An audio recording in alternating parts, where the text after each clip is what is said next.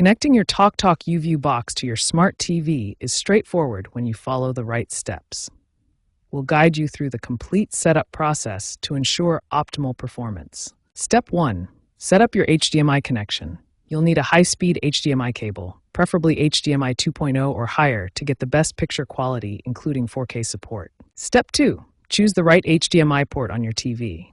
Connect to HDMI port 1 or an ARC-enabled port for the best experience. These ports support advanced features like audio return channel and device control. Step 3. Set up your network connection. You have 3 options: a wired Ethernet connection for the most stable performance, Wi-Fi for convenience, or power line adapters if your Wi-Fi signal is weak. Step 4. Power on your devices and complete the initial setup. Follow the on-screen prompts to select your language, region, and connect to your network. This process typically takes just a few minutes. Step 5. Perform an automatic channel scan. Your YouView box will search for and tune into all available Freeview channels. This ensures you have access to all the free-to-air channels in your area.